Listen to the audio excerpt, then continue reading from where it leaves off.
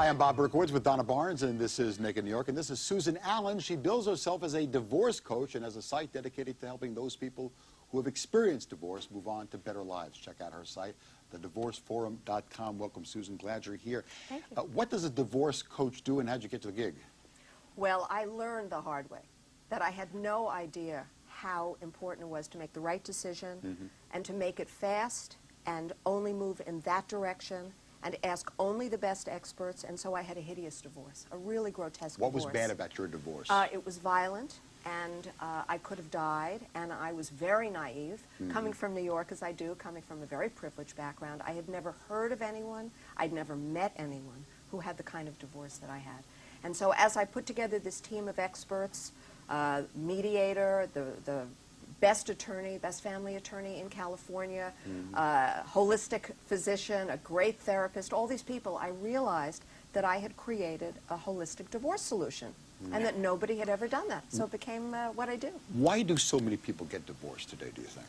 Well, there are three reasons that I've addressed. And now I do a lot of reconciliation work, which I love, because if the divorce rate's going to 70%, and second marriages are less successful, and the average length of a marriage is 7 years, I decided I needed to commit myself to making a paradigm shift in marriage.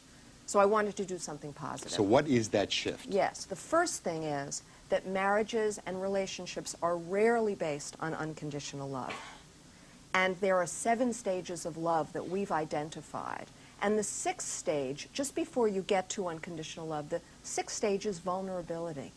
And if you don't know that that's on the way to true and lasting love, you will normally panic and run. And the 7th stage is unself-consciousness. You say that you advise couples to give each Yes. other unconditional love. I teach them how to. Okay. What does that mean, though? You hear that term a lot, but what does it mean to you? It's very interesting because I have ministers who are my clients, and I teach them about really using unconditional love in their marriages.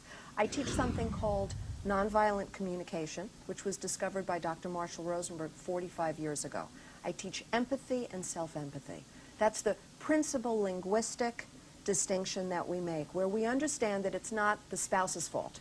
It's not, you didn't do this, or you did this. It's, okay, I'm feeling, let's say, frightened because I have a need for financial security, which is very different from, yelling at the husband or the wife because there are money issues. Or, I'm feeling sad because I have a need for connection and physical intimacy. And then I teach them how to understand to go about that rather than blaming their spouse because he or she didn't. But if you are preaching unconditional love, what do most of us condition our love upon? Getting your needs met whenever and wherever, and even if your needs change, undoubtedly you will not inform your spouse of this.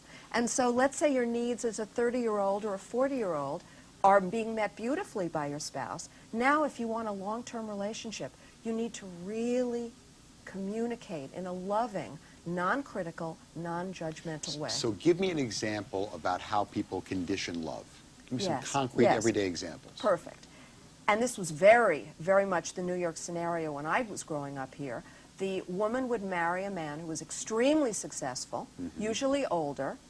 X number of years would go by, they'd have a wonderful life on Fifth Avenue or Park Avenue, and then something would happen to his business, and she would either divorce him or she'd have an affair with a guy with a lot more money. So she's conditioning her love for him. She's seeing him as a wallow with a penis. That's right. Okay. Precisely true. And the other thing, of course, with the trophy wife, well, now let me find a new trophy wife who looks the way my trophy wife used to look. Because she's getting a couple of wrinkles, she's gained a pound or two, and so suddenly he's conditioning his love for her on the way she looks. And it was always conditional. Right. So when I counsel the women and the men who are my clients, I'm very specific with them. Are you willing to do whatever it takes to have a reconciliation in your marriage? Because it just takes one partner.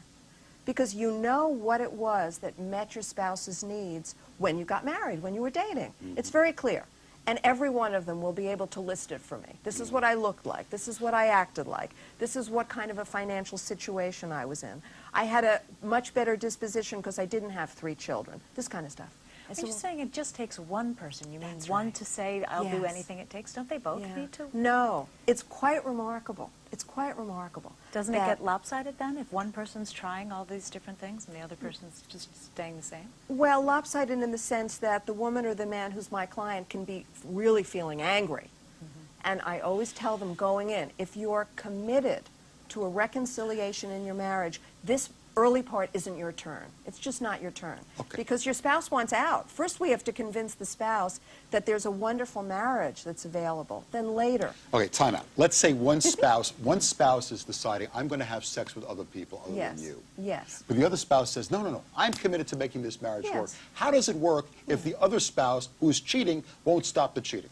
It's interesting that you ask because we've all been through these situations in life, and I have a few clients whose husbands do have mistresses. And what I've discovered is that in one particular case, he used to see his mistress all the time. Now he has a much better relationship with his wife. When she called me, it was, he wants a divorce, I'm going to be out on the street with my 2 dogs and my 2 children, I'm in a panic, what can I do? Within a month, he was taking his wife on a vacation, telling her that he loves her Because and the giving her wife gifts. changed, Yeah, and totally. so she changed, and so Totally. therefore he was ready to get rid of the mistress and return to the marriage? Well, he hasn't gotten rid of his mistress yet, Yeah. but I will say that he spends only 1 evening a week with his mistress now and has not gone on any vacation with the mistress and takes his wife everywhere. So we're moving Has in the she right direction. confronted him about this? Is this, like, she knows one night a week he's gone out with his mistress? Well, yes. It's not helpful. Yeah. It's not helpful Yeah. to have a confrontation unless you really have enough of the self-empathy, empathy talk so that in the face of a real screaming fight that he might be wanting to have, you can stay peaceful and loving and grounded. But it's interesting, you said something earlier, that sometimes the needs that we had when we were 20-something when we got married are different at 30, 40, 50-something. Yes. And I think that a lot of marriages split apart because there are changes, and we haven't accommodated each other because of Yes. these changes in the way we are as human beings. Yes, and often we don't know what our needs are. What I love doing is allowing some of my clients to gain clarity. I have one woman who called last week, and she said, I don't know if I want a divorce or if I want to make it work. And I asked her some questions, and now we're working on reconciliation. Because, in fact, she loves him very much, but didn't know if it was, there was any possibility. Interesting stuff, Susan Allan. Thank Appreciate you. being here. Thank you so much. To purchase a copy of Susan Allan's book, 101 Divorce Secrets, a Survival Guide, log on to thedivorceforum.com. When we come back, a new novel about a woman weighing the possibility of having an affair. And later, the gay liberation of the straight male. You're watching Naked New York on Metro TV. Stay with us.